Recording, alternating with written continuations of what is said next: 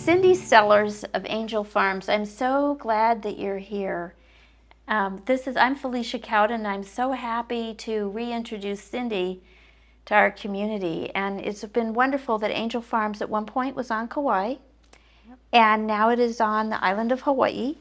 And tell us for just a minute what Angel Farms is. I had such a wonderful experience there myself, and it was transformational for both me and my family. I felt like a lifesaver for my son. Yeah. So tell us a little bit about yourself and Angel Farms.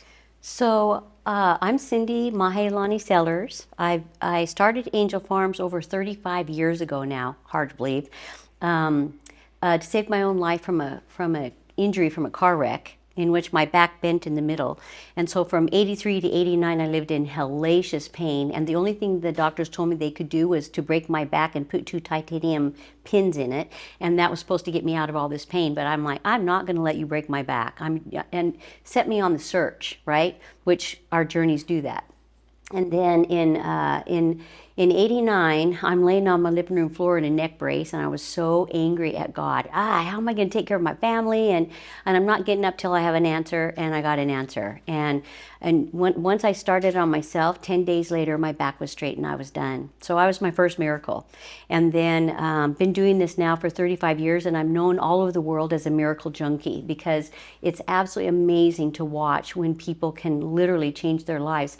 So they come to the Big Island and do a cleanse, and it's a spiritual, emotional, physical, and mental process. And so we work on all aspects so we don't miss anything, because many people have worked on their spiritual, many people on their physical, many people on their mental, many people on their spiritual, but if they leave one piece out, it doesn't do the whole thing. So Angel Farms is a whole thing, and a remarkable process. Yeah, and what I want to say, I had heard about Angel Farms from a number of people, a lot of people who were maybe having a very strong battle with cancer or very serious health situations. And then also I used to have surf and skate shops, was very involved in the surf world. And so people would come back from Bali and Indonesia and all around, and very often those places were tropical areas, equatorial countries. And they come back and they're not well and they can't figure out what's wrong. And they would go to Angel Farms, which I would describe as, you're saying it, but it's like 2 weeks that people go there for a pretty holistic health effort.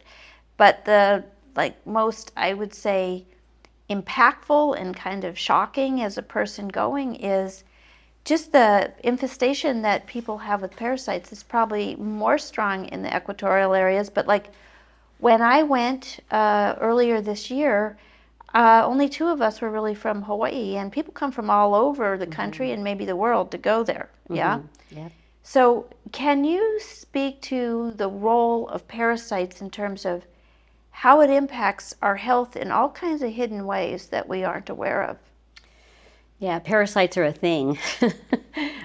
We just finished one recently, and I had several people that had literally 3-foot worms coming out. And interesting how as human beings, when we have a trauma after a meal, say we eat a meal together and then we sit around and talk for 40 minutes, and then we go out and somebody smashes into our car or something, and our body goes into that immediate fight or flight response. And so the digestive system, which is 85% energy consuming, has to shut down in order for the adrenals to run the fight or flight response. And that actually happens at 238 miles per hour. We can't even catch that thought. And so the soft tissue of the digestive tract, which is just like the inside of your mouth all the way through your rectum, it's this soft tissue. And so the meal will actually be grabbed and creates what we call a pocket, or on the Big Island we call it a catchment tank. But these are now great places for yeasts and candidas and metals and chemicals and parasites to host inside the body. And because the tissue is stretched, it causes what's called auto-intoxication, where the toxins can actually seep through the bowel wall because it's no longer thick, it's thinned. And so, but the miracle of that tissue is that it heals in only 72 hours, which I call a resurrection. It's amazing. That's like if you've ever bitten your tongue or your cheek really bad and you made hamburger out of it, and you notice in about 72 hours it's all healed up. That's how fast that tissue heals if we give it the right opportunity. So this is a great place for those parasites. So no matter what we take by mouth, nothing gets them until we can get the pocket out, and then the body can move it. But what happens is these pockets can also create like blockages, and so then there's these long ropes that we call them. A young man who on the actually for a year and a half was on bone broth and rice, and he's a single father, hardly any energy to do anything because of traumas that had happened, and he had 2 massive ropes that were over 3 foot long, and the worms that pack up behind that, because the body has to try to move all that stuff through, was just eating him alive. And interesting about parasites too is that the bigger ones host on the right side than they do on the left, and this is why the number 1 hip replacement is the right hip. And like the number 1 knee that goes first is the right knee, and the number 1 side when a human has a stroke that goes paralyzed is on the right side. And the reason is because they're robbing the nutrients coming into the right side of the body, and it starves to death. And so far, we've had hundreds and hundreds and hundreds of right hip surgery scheduled and never lost a hip yet, right? Because it can regenerate, but we have to get the reason why it's starving to death out. And the parasites take a lot of nutrients from us. And I've seen them even many times over 6 feet long. Well, so what really sunk in to me is, like with our animals and the pets that we love, horses, any of these things, we regularly know to deal with parasitic infections in the animals. And in our medical system, that is almost not even looked at or considered or discussed. And what I found in the 2 weeks that I was there is it's like getting an education on how your body works. And then with the cohort of people that are there at the time, we all sort of learn from each other. We learn from other stories. And there really are miracles. I mean, I went because I would say it saved my son's life. And he went from a grown man at his middle school weight and just really wasting away. And so I was very thankful to our surf community who said, this is where he needs to go. But it looked like people can have all kinds of different symptoms. It doesn't matter whether you're dealing with something like MS or heart problems, liver problems, kidney problems, exhaustion. It's amazing how there is a role in all of this. Even for me, my vision got a lot better, though I learned more about what's called inflammation, like the small thing that I didn't expect. 2 weeks there, I lost 2 dress sizes. I didn't go there for that, but that was great. Yeah. But I have kind of puffed up again a little bit, and I can tell that is inflammation rather than fat. And what was really interesting is when I came back, my glasses didn't work because I saw so much better, and you gave us these eye exercises and things. But as I've kind of like gotten half that stuff back a little bit, and I can tell it's, just puffiness, my vision has kind of not been as strong. So everything is connected. Yeah. And so if you're able to give us some examples of either miracles that you've watched, I'm even thinking about a little 4-year-old from us over here that, seemed to overcome any of his symptoms of leukemia. That's like a really, really big one. But you're kind of filled with miracles and helping people to understand how something that's maybe in your digestive tract can affect your lungs or your bones or whatever else. So how does everything relate to each other? Right. Well, first I'll address the inflammation. So, that's a big deal for people. And when people come in first to Angel Farms, I tell them, when you have inflammation, really back off your carbohydrates, which is anything that grows like a grass. So people get that confused too. So a banana is not a fruit, it's a carb because it's a seed of a grass. A corn is not a vegetable, it's a carb because it's a seed of a grass. So is oats, so is rice, so is quinoa, so all of these are seeds of a grass. And people think a potato is a seed of a grass, it's not. Okay. So potato is not the one that causes the inflammation. It's the carbs that break down via amylase in the mouth. So your beautiful pancreas, which is a 7-inch long sea cucumber looking organ in the shape of a smile, it produces 1.5 liters of amylase every day to break down your carbohydrates. And it also helps with inflammation. So if you're eating carbs, when you have inflammation, you're overworking the pancreas and it can't help with the inflammation. So that's why I have people back off it until we get past the pancreas and get it working, and get people, not to have sugar issues or diabetes, and but it helps with the inflammation. So people start deswelling usually by the second to third day. You can just see them shrinking, which is really great, and a lot of inflammation in a lot of areas.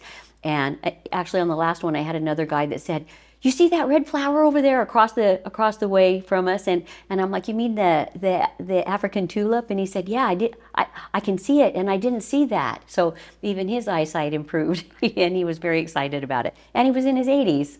He was in his early 80s. And anyway, but I have seen, over working with thousands and thousands of people worldwide, is that when we're able to clean out our temple and recognize the emotional issues that we've been holding there, and really looking at when we were, and our inner child stuff is very important too, that we all picked up before we were 8 years old, when we believed in things about ourselves that aren't true. It's very powerful that we course correct those. And then when we're operating from a place of peace, and a place of gratitude, and a place of love, and a place of understanding. When we're angry, we're going to hurt our liver. This is a lot of the things that we teach at Angel Farms. When you're judging and criticizing and pulling yourself off the Nani Ka'ala road, or the beauty road of loving, you're going to hurt yourself. So this is a big deal. I just had a guy talk about a miracle that came in from Las Vegas that was on a liver transplant list. And I picked him up at the airport and asking him who's he mostly angry at, because the liver is the anger center. As a 535 functioning organ, we have to be really careful, because it also is the most emotionally sensitive organ. And like if we never change the filters in our cars, how long would our cars run properly? So this is a very important to understand the filtration system of our body. And of course, immediately he tells me he's so angry at Trump. And I'm like, "Do you know his name? Does he know your name?" And he said, "No." And I said, "Do you know him personally?" "No." And I said, "So then why are you willing to die over somebody that doesn't even know your name? Isn't that silly?" And he's like, "Well, I don't know." And I said, "Well, I'm going to start giving you every day a reason to send him blessings. It doesn't mean that you have to agree with him, but you do have to send him blessings, so you don't end up on maybe having a liver transplant, and maybe it doesn't work, because many of them don't. And so why don't you keep your own liver, because the liver is a really great regenerative organ if you give it the right opportunity." And so every day I gave him something, and every day he was like, "Oh, he did that? Okay, I can send blessings for that." And by the 9th day, I asked him, "How you doing with President Trump?" And he said, "Okay, I have reasons to send him blessings." And he said, and then I said, "Oh, good." I said, "So how do you feeling about, say, Marjorie Taylor Greene?" And he went ballistic again. And I said, "You know what? You just took a 2x4 and smashed your liver again." And he went, "Did I do that?" And I said, "And does she know your name?" "No." I said, "So send her blessings then." And he did. And then he said, "I'm never doing that again." And so then 2 weeks later, he calls me from Vegas, and he had got back from his doctor's office, and he said, "Cindy, guess what?" I'm like, "What?" He said, my enzymes went up 80% in my liver, and my doctor just pulled me off the liver transplant list. Mine's doing really well. And I said, "How are you doing with your lack of anger at anybody?" Because he wasn't only mad at them, he was mad at contractor, and he's just angry, and he isn't anymore. And he said, "I'm done with all that. I decided it's way better to send blessings and gratitude, even if I don't agree with it, than it is to hurt myself over their behavior that I don't agree with." And I said, "Way to be an angel." Yes, and then and correct me if I don't have this understanding right, we work on the lymphatic system. There is all kinds of sensorial things like massage work with oils and all kinds of loving things like that too, that help. And it works together, even like looking at the sun, that's part of fixing your eyes. Yeah. But with the presence of parasites in your system, it can impact all different types of organs depending upon where they might be located in your system? Like if it's pushed up against the kidney, maybe your kidney's going to have more problems? Or how's that the emotions and the parasites work together? That's a very good question. So parasites, I tell people, let go of your parasitical thoughts and behaviors of fear. Because what is fear? And this is a big one that we teach on a daily basis at Angel Farm. Says, what is fear? F-E-A-R.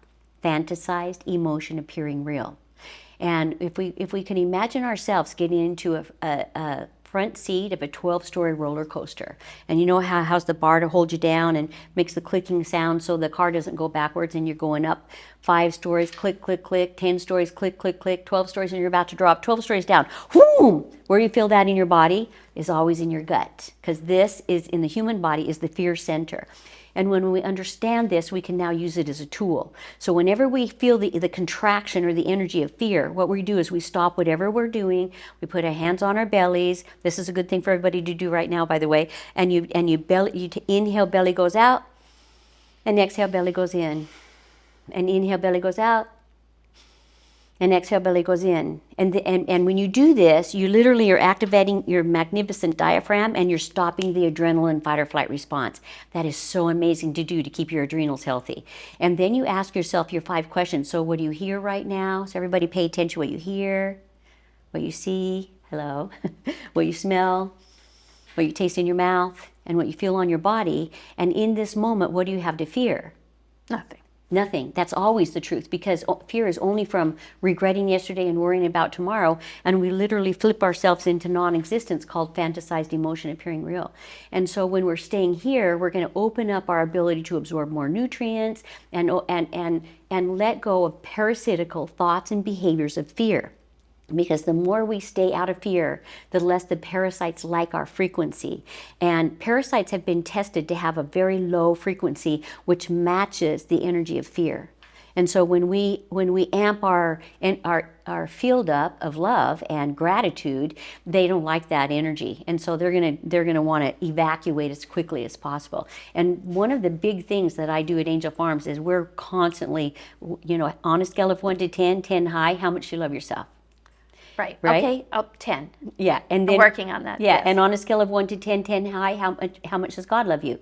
10. And so always fake it till you make it until you're a 10. And so your frequencies stay so high that you're not only not attracting parasites to you, but you're also lifting everybody in your presence, which is what we should be doing, right?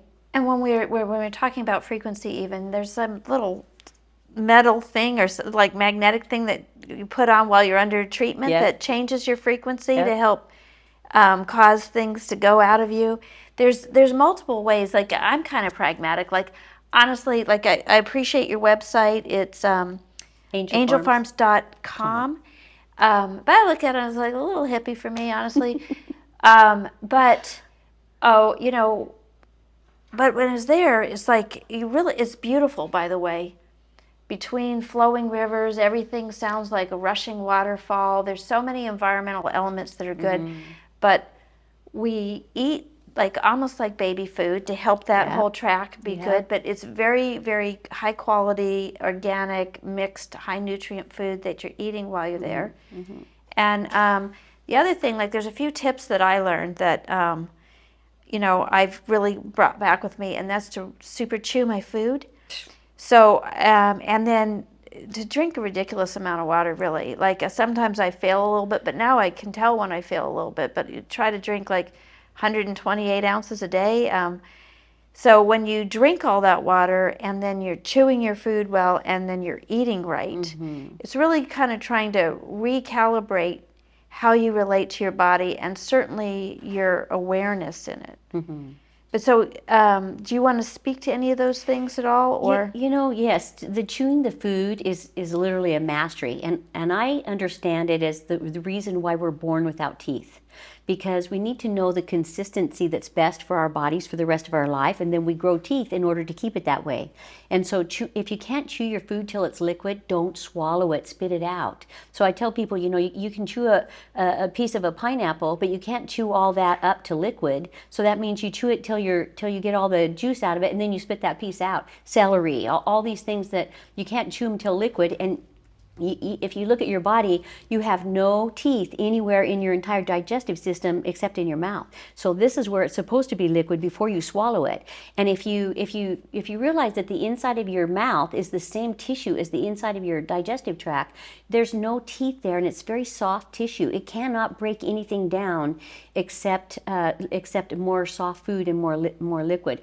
Because the way that it works is your digestive system is a phenomenon, and actually, you develop your digestive system in utero, in the umbilical cord, before it actually slides into place when it's time, and the buds come off the digestive tract in order to create your organs. So this is where the nutrients that we take from the ina and we eat it, and it turns it into this alchemy that creates us, right? Our bones and our muscles and our tissue and our hair and our smiles, all of it. And so, when if we don't chew our food till it's liquid, I tell everybody you lose the game. You just lose the game, because there's no way for your body to contain it. And then if you have a trauma, when that meal is trying to get through and there's stuff in it, it's going to be more that the body's going to be able to grab and create toxicity within you.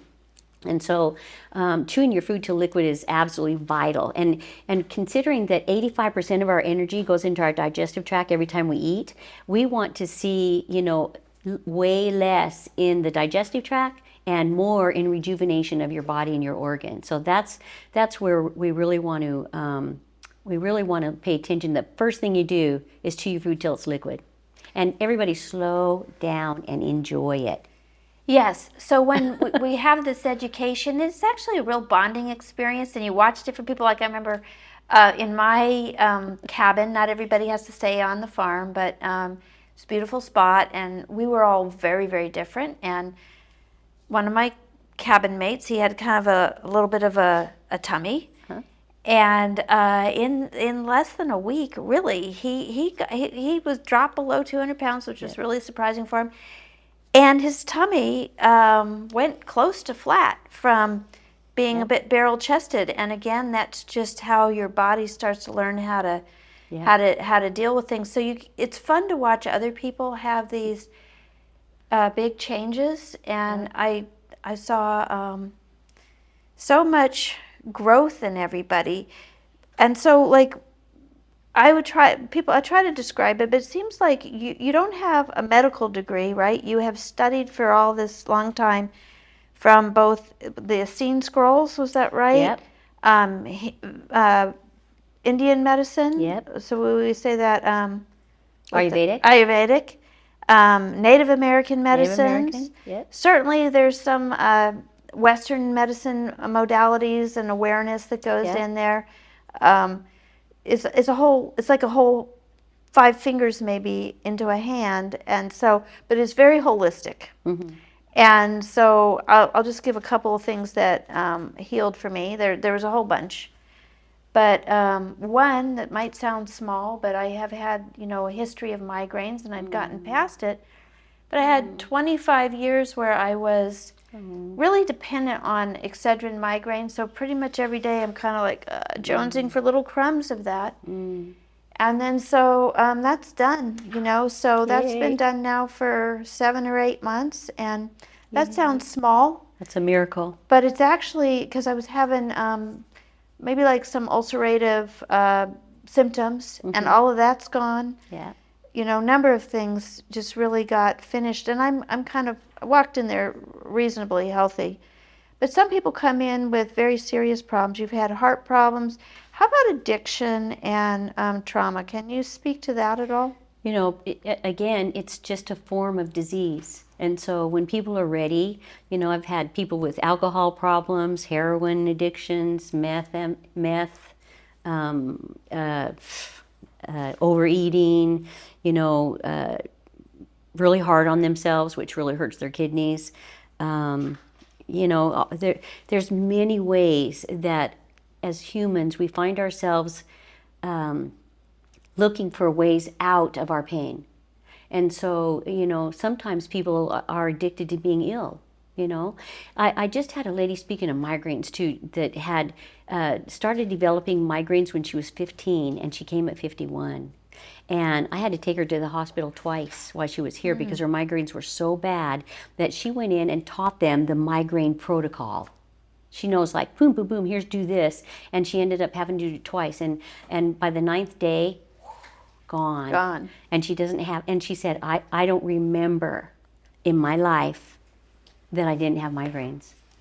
You know, and come to find out, she was adopted when she was an infant. Or no, she was put into an orphanage as an infant, and then was adopted when she was 2. And she feels like she started the pain in her body then. At 2 or when she At was 2. At 2. At 2, like maybe when she was adopted or right in that. She said she could remember all of her life hurting, but the migraine started at 15. Right? But she'd been also constipated before that, ever since she can remember. And so there is a connection between the bowels not moving properly and pain. You know, it's going to affect wherever it is. Malnutrients that don't get through because there's something, congesting the bowel wall that is not feeding the spleen and the pancreas and the liver and the kidneys and the lungs and the heart. And so there's also emotional issues to all of those too. But many times it can be just lack of nutrients, and so the body cannot reboot itself up because it's starving to death. And that's what I think is the majority of problems, is the body's literally starving to death. We feed it good food, and we're learning to feed it better, and we try to go more organic and, get more variety in our diet, but still we're like, why are we not better? So what percentage of the people who come, you've been doing this for a long time, you've probably helped thousands. Over 15 now. Over 15,000? So in my cohort, and I think in my son's cohort and some others that I've talked to, pretty much everybody had parasites. Mm-hmm. Is there a percentage that don't? Oh, that's a big question. No. Not very many. Not very many. And there's some parasites that are specific to nations. Like I can tell when somebody's been to India. I can tell when somebody's been to Africa. And in so my case, specifics. you said you eat pork and you eat sushi. Yeah, I can always. Those are very popular in Hawaii. And speaking of pork and parasites, isn't it interesting that that every major religion on the planet says don't eat pork? Why? And then finally, there was a study done at Stanford University that found out that they took 3 pork roasts. One of them was raw. One of them they cooked like Sunday dinner that I grew up on, on a farm too. And one they burnt. And then they did a parasite test load on it, and they found that the one that was burnt still had 30% of the parasites still alive in it. And so, maybe the ancients, that knew that you can't kill the parasites in it. But it's in every major religion, and yet here, even on our islands, it's a big deal. And people like and sushi. Sushi's a big thing too. A big deal. Let's eat raw, but there's also studies where they see the fish come up on the dock in the big boxes, and in just a little bit they start moving. Right? What's moving is the host is dead and the parasites are coming to the surface. And so when you eat it raw, that's not a good idea. And then people are wondering, like, what the heck is that? Those are parasites from fish and from eating raw fish. And I only find those in people who eat raw fish. But the good thing about this is fish parasites are not hardy. So if you just steam the fish a little bit, it kills them. And then so that's okay. I know that, like, one woman in our group, you said, "Are you sleeping with your dog?" And then she was like, "I can't not sleep with my dog." And my dog usually sleeps in my room. Right now, she's not sleeping in my room. She doesn't sleep. She's older. But, you're able to ask people and help them identify with, where their sources are.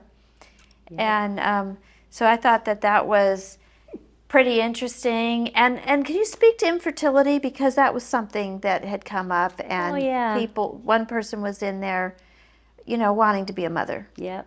And guess what? We just had a new miracle on that one too. Did she have a baby? She had a baby. Oh my gosh. Okay. That is amazing, because she wasn't even, I don't want to say she was old, but she was definitely, pushing the edge of that window. Yeah, she had baby Pearl. She had a little girl. Okay, well, give her my. But again, there's two sides of the colon. One on the lower right quadrant and one on the lower left quadrant that feeds the genital area. Okay, so it kind of goes like you have your left side. So this is all the left lower leg, left kidney, left hip, all of this area, and then it goes up, and then you have your spleen, and you have your pancreas, and you have your stomach, and you have your liver, which is huge. It goes all the way to your spine. So the colon goes up here like this and then comes down here on the right side. And this, of course, then is the lung on this side. So you can kind of see how the body gets nutrients this way. And then so the lower right quadrant is also where the big boys hang out, but it also is where the genital area on that side. And so many people have so much toxins there that there's no way that the genital can get regenerated. So you've had good success with Excuse me. fertility challenges? Yeah, so far, 100%. 100%. Yeah, and So- I don't want anybody breaking my record either. Okay. So you wrote a book called You Don't Have to Hurt Anymore, and it says The Enlightened Way to Health. I know you said somebody gave you that title. The Enlightened Way to Health did. God, my boss, actually gave me the You Don't Have to Hurt Anymore. But the Enlightened Way to Health came from Losha, who actually lives on Maui now, and he's amazing. And he said, oh, you know what this is? The Enlightened Way to Health. I'm like, that's the subtitle, because it is. It is that this book has so much valuable information about the organs and the thoughts that cause them harm and what we can do to correct it, and a lot of miracle stories in it too. So this is something that, when we're under treatment, we listen to and hear. And then I wondered, I see that you brought some of your diagrams. And so when we're having this education through those 2 weeks, so maybe you can just pull up a few of them and say a little bit about them. And I think, you could just show a little bit of it. But so that's the kidneys. Just say a little bit about, because we really learned about all our organs. Yeah, the education is priceless. Yes. So the kidneys, size of your fists, process 50 gallons of fluid a day. They're the final filtration system to your beautiful heart through your biggest internal vein called your aorta, which is the diameter of a garden hose. This is why kidney disease and heart disease is so closely related. And your kidneys are known by the ancients as the reins of humans, or the mother of all organs. And what causes these kidneys problems is when you rein yourself off the beauty road of loving. So when you're judging and criticizing, you really hurt your kidneys. And so when you judge people that are in different religions, or the way they eat different, or maybe their politics, or maybe their how they handle their neighborhood, or whatever, how they drive, you could hurt your kidneys by judging and criticizing them and yourself, because your right kidney is yourself and your left kidney is others. Oh, yeah, I don't remember that. Yeah, and so always anything on the right side is self. Okay. Yeah, and so this is why it's really important that we understand we have to forgive, we have to love more, we have to accept and allow without judging and criticizing, because we're going to really hurt these organs. And you don't want to end up in kidney dialysis because of judging and criticizing. And that helps with the diabetes then, probably. Yes. Yeah. Actually, we have so many that just don't have diabetes anymore, because once they understand, I'm going to share a story, because I had a beautiful man from this island who came and did the program, who had diabetes, 17 years, poking his belly twice a day, and still his blood sugar was running 190 to 210. Too high. And then on the second day of the cleanse, when we get to this beautiful organ called the pancreas, which I'll talk about this in a second, I called him up because he was staying with his daughter on the Big Island, and I said, how'd you do today? And he said, you want to know how I did? He said, I'm the ninth child of 12, and I was chosen by my grandparents to be raised by them to learn this ancient Hawaiian practice. Lapa'au, Yeah, maybe? yeah, and lomi. Okay. And he said so it's a lifestyle, not just a lomi and a practice. So he said he remembered that day. After he learned about the pancreas, right, and what he needed to do, he remembered waking up with his mother every morning, and her eyelids would flutter open, and she would say every morning, "Mahalo Akua," for another day to love. And it literally flipped his pancreas into a smile, and he never had diabetes after that. And when somebody has diabetes or pancreatic issues, it tells me that they've been living their life in unhappiness, and we're created to have great joy. That's written in all the scriptures as well. Mankind is created to have great joy. And so you see that this is a smile in the body, and then this beautiful pancreas produces 1.5 liters of amylase every day behind your second molar and under your tongue to break down your carbohydrates. And then it also produces 325 different enzymes after the food leaves the stomach for 23 feet of enzymatic breakdown in your small intestine. This is a powerful organ, very necessary for our health. And when somebody goes through long periods of depression and sadness and, poor me, and I wish this, I wish I coulda, woulda, shoulda, then they take a picture of the pancreas and it looks like this, which really means they've dumped their happiness out. So when we tell them, write a gratitude list, watch happy movies, surround yourself with people that are funny, and make sure that you don't let yourself go into unhappiness again, they don't ever have to have diabetes. But it is a teacher.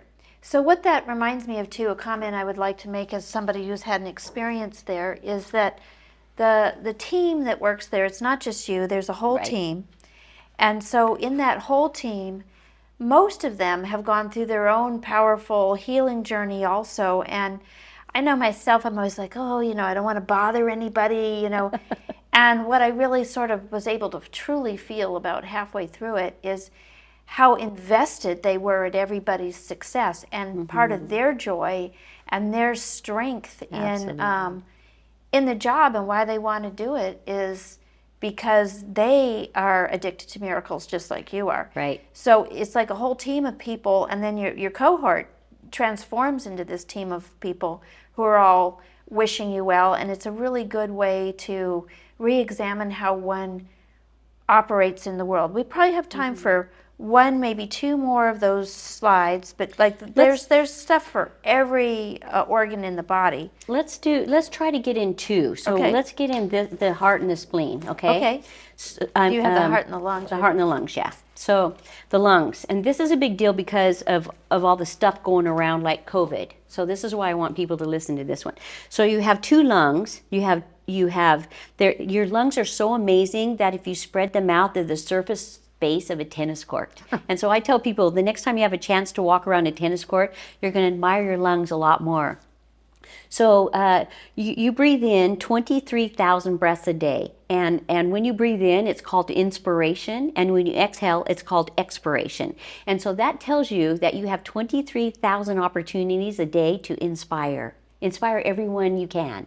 And your lungs, when we breathe in oxygen from the environment and then we breathe out carbon dioxide, to give back to them. What changes that is this thing called sulfur. And so this is why onions, leeks, and garlic are very powerful to help reboot the lungs. And so right now, why we have a viral community still with COVID going around and flus going around, you never want to eat raw onions out in public. It's very dangerous because if somebody in the back is cutting up an onion and they have the flu, you're going to eat it and get it, okay? So it's better if you don't, cooked onions don't do that, but raw onions do, okay? And so take good care of your lungs and feed it good sulfur foods because it's helpful to them.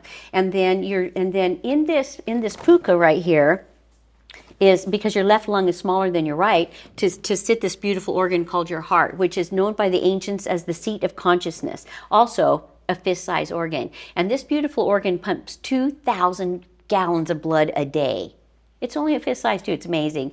At 48 miles per hour, which is faster than any horse can run through 60,000 miles of circulation. And what causes this heart disease is called grief. And what do we get grief from? It's from someone who has died and crossed over and said things unsaid. Do they know how much I love them? Do they know how much they meant to me? How much I miss them? I needed to say that to them. And so this is on the third day of the cleanse, we're hitting this organ, and this is where we see heart disease disappear, okay? And I'm going to share a really quick story about a cute lady named Shirley who called me up from California, and she said, "You don't know me, but my name's Shirley, and I just got back from my cardiologist, and I don't have heart disease anymore." And I said, "Way to go, Shirley, what happened?" And she said, "I read your book." And I said, "Oh, that's cool." I said, "So, Shirley, who died?" And she said, "It was my husband." And she said, "When I was reading that chapter, I could feel his warm breath on my shoulder saying, 'Cheryl, I've been trying to tell you, just be happy.'" because our loved ones don't want us to have heart disease and come and join them. They want us to have happiness. And I just ran into a lady at the airport coming over here yesterday. Same thing. She just lost her husband in April and was very sad. Happened to just some reason sit by me, and we've got talking about it.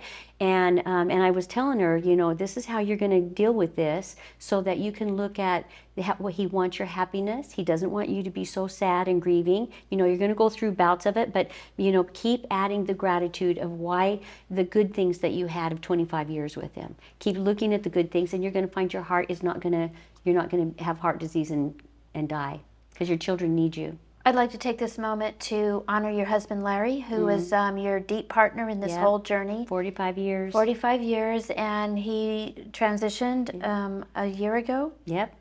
So you're walking the talk. Yep. And you have been able to keep the legacy moving.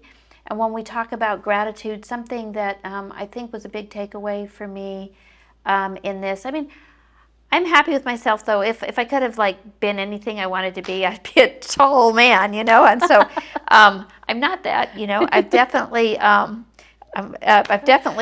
figured out how to accept that. I know, but you know, when you go through this whole experience of learning how each organ works over 2 weeks, and the interplay, and so much, you have the gratitude for the different organs, and then, you know, for myself at 62 years old, I mean, I'm grateful for my body that, you know, moves my spirit around, my soul around. And I think an attitude of gratitude is something that is very easy for everybody at the end of the journey to be able to have. And, you know, I have kind of a high stress job, honestly. And it can be very difficult, you know, when you look at all these Solomon choices for even the smallest little things make a difference in different people's lives. Right. And so in my position in the county council, we're constantly making decisions that might help some, hurt some, and then things where you just can't make a big enough difference, you know. And so it's like, how do we keep lifting it, and how do we stay encouraged? And so I would say attending Angel Farms for the 2 weeks that I did last January really did help me to sort of reboot my emotional system after, you know, 6 years in office. And so that's good, and it's good for everybody. So I really thank you for taking a few minutes to talk to us here. And we won't have to say where you're at right now, because by the time the listeners are hearing it, that won't be the case. I'm really glad that you were here, and that you are here, and that how can people find you? Is their phone number? Certainly we said angelfarms.com. Yep. And is there a number? How do you, and if people want to learn more? Yeah, so the best way is go to the website, angelfarms.com, and you'll find a lot of information, including, you know, parasites if you want to look at them, and a lot of testimonials. But and our phone number is 808-965-0781, so that's a good way to reach and leave a number there too. And yeah, that's the best way. And every Sunday we do a conference call where we educate people about how the program works. And so if you want to have that information, we can definitely get that to you, how to get on the conference call and the code to get in. And but that's a great way just to hear about it and see if it's a fit, and learn a lot of information. I like to share all the time about be careful with caffeine. On an empty stomach, not good. Be careful with oil supplementation. You never do oil, because it's never have any of us seen oil concentrated out of a coconut for us to eat, right? And so we don't want to do oil supplementation because it's not healthy for us. Really hard on the liver and the gallbladder. And we want to be really careful to make sure we drink plenty of water without putting things in it, because if you put lemon in water, it's not water anymore. So people have to be very careful with that too. But water is a key to your health. But lemon water is fine, just as long as you drink plenty of water. Right. So you don't have to stop lemon water. Exactly. You just need to drink that. Yes. Exactly. But the lemon can be great for the lymphatic system, and it's wonderful and tastes good sometimes, but it doesn't do, not one drop of it can get to your brain or to your eyeballs. So if you're drinking a bunch of soda, like we kind of like off soda, and I will say that I am almost completely sugar-free. The interest in sugar is gone for me. Sometimes I eat a few little things to be polite. but I no longer crave it. So thank you Wonderful. so much for Oh, joining us thank and you for for having me. coming back to Kauai. You come here pretty often, but really wherever anybody is in the world, because we found people from all over the world come to see Yeah, you, right? Probably yeah. mostly American. I don't know. Well, I just had a lady from Canada, and a little while ago we had people from Ireland, and yeah, Yeah, they hear about us and come. yeah. I bet most of your business comes from word of mouth, Yep. because it really is amazing, and certainly beat my expectations, though, because I saw such a powerful life-saving transformation in my son. I was an easy sell at that point. But before that, if I hadn't seen that, and hadn't had such a personal connection, maybe, I wouldn't have thought about it as much. So thank you so much for You're joining us welcome. here, You're and welcome. We I love you. appreciate you. I Yes. appreciate you too. You're awesome. Mahalo. Mahalo and Angel Farms gratitude. Thank you.